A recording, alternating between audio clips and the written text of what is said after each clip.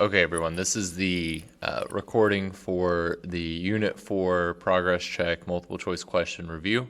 If you have any questions, let me know, but hopefully this will kind of answer for you why the answers are the way that they are. I'm going to go through this quickly, so just go ahead and fast forward this if you need to, or listen to it on double speed or whatever works for you. Okay, so question 1, which of the following is true for both stocks and bonds? B, they're easily converted to cash. Everything else of this is not true.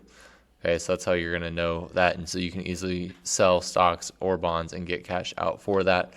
Number 2, cash, a house, bonds, and a savings account are all financial assets. Which of the following rankings list these assets from the least liquid to the most liquid? So you're talking about which would be the hardest to sell and turn into cash versus the easiest. If you go in reverse order, house, least liquid, bonds, savings account, and then cash. Okay.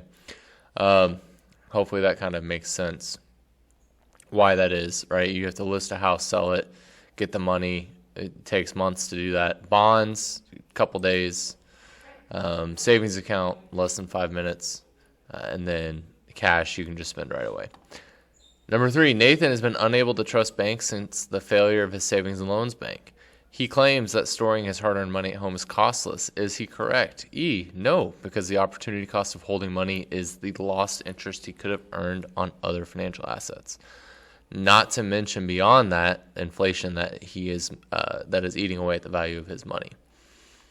Number 4, which of the following is adjusted by the actual inflation rate? E, real interest rates. Remember, anytime you see the word real in economics, you're taking away the impact of inflation.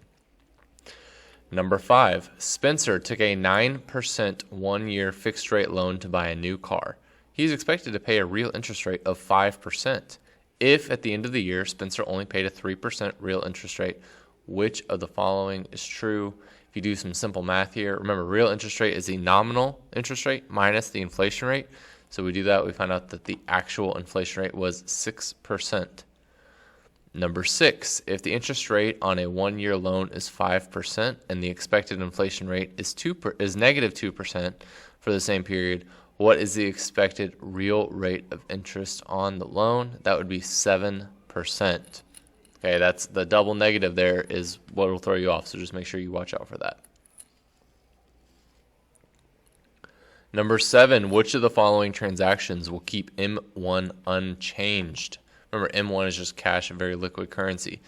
Layla deposited her coins from piggy bank into her checking account. Okay, that's key. Everything else would change from M1 to M2. Okay, so M1, remember, M1 has to stay the same here. Number 8, which of the following is included in the monetary base? Anytime you see the word monetary base, it's just the money supply. Okay, so it's currency held by the public and commercial bank reserves held with the central bank. Okay, so the monetary base is the money supply. It's just a fancy way of saying that. Number 9, Mia transferred $1,000 from her checking account to her savings account. How will M1 and M2 measures of money supply change? D, M1 will decrease and M2 will not change. Okay. Because remember, M2 includes everything that's in M1.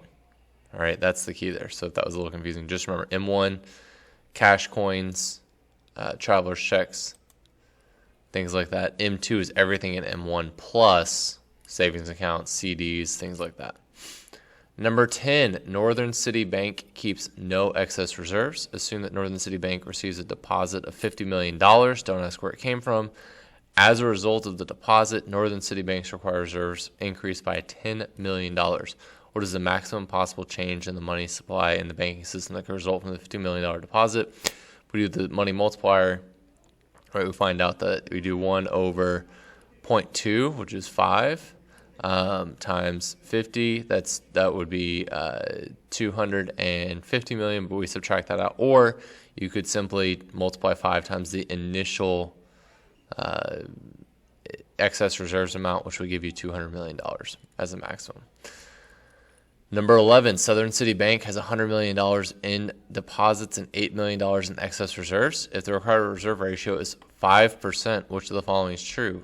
Of all that, E, the money multiplier is 20, and loans can increase in the banking system by a maximum of $160 million from the $8 million that are currently in excess reserves. Number 12, which of the following explains why the amount predicted by the value of the simple money multiplier may be overstated? C, it does not take into account a bank's desire to hold excess reserves. Another example would be if people hold money out as cash and don't deposit all of the income that they make. Okay, so we call that leakage in the financial system. All right. Number 13, which of the following describes the relationship between the nominal interest rate and the quantity of money people want to hold as depicted by the money demand curve? E, it is inverse and the money demand curve is downward sloping. So as interest rates are lower, and I can actually come down here and show you this on the graph, as nominal interest rates drop, people are going to demand more money because holding on to cash or leaving it in your checking account isn't costing you anything, or I should say as much as it does have it in your savings. And we see that now, right? The only reason why most people keep a savings account is just to separate out their money. If they have it for an emergency fund or things like that, it is not to make any money on that. Okay. Number 14, use the graph to answer the question. Which of the following is true of the nominal interest rate I3? So we go over here, we take a look at that, and we say D, there's going to be a shortage in the money market because quantity demanded is greater than quantity supplied, just like with the supply and demand graph. Any point below the equilibrium point is going to create a shortage in that. Okay. Number 15, an increase in the price level will affect the money market and bond market in which of the following ways? I'll go ahead and say you will not see a question that says this on the exam, but C, the nominal interest rates rise and the price of previously issued bonds fail. Okay, because basically to counteract the increase in inflation, central banks are going to increase interest rates, leading to that nominal rise in interest rates. And remember, price of bonds and interest rates are inversely related. So if interest rates go up, price of bonds go down.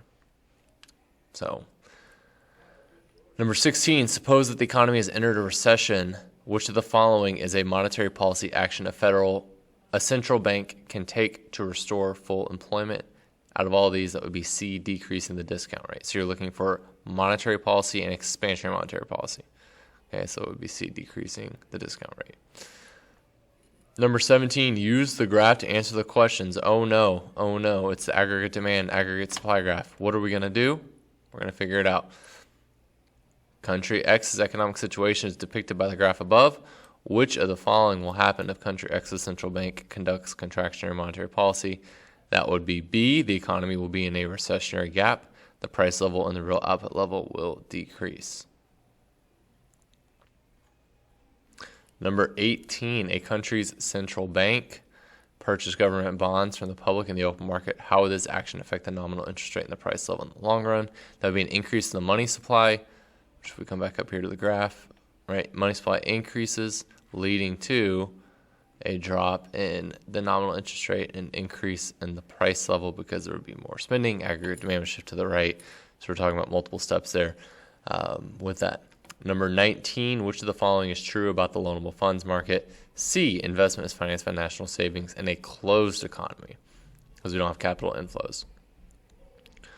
All right. If the economy is open, then the investment is financed by savings and capital inflows.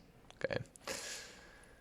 Use the graph to answer the question. The loanable funds market is currently in equilibrium with the real interest rate of R1. An increase in household savings will affect the loanable funds market in the following ways. E, it's going to increase the supply of loanable funds because that's where savings end up being the supply, thus lowering the real interest rate. And lastly, number 21, country X's economy is enjoying political stability and attracting foreign financial capital, aka money is coming into the country. At the same time, country X's government is borrowing to finance spending. How will these changes affect the loanable funds market in country X? Out of all these options, D, there will be an indeterminate effect on the equilibrium real interest rate because you have an increase in the supply and an increase in the demand for loanable funds because you have capital inflows and you have government borrowing. So we don't know what's going to happen with the interest rate. Everything else that's here is not true. So I hope that this helps you understand this, and if you have any questions, let me know. But if not, good luck on your exam.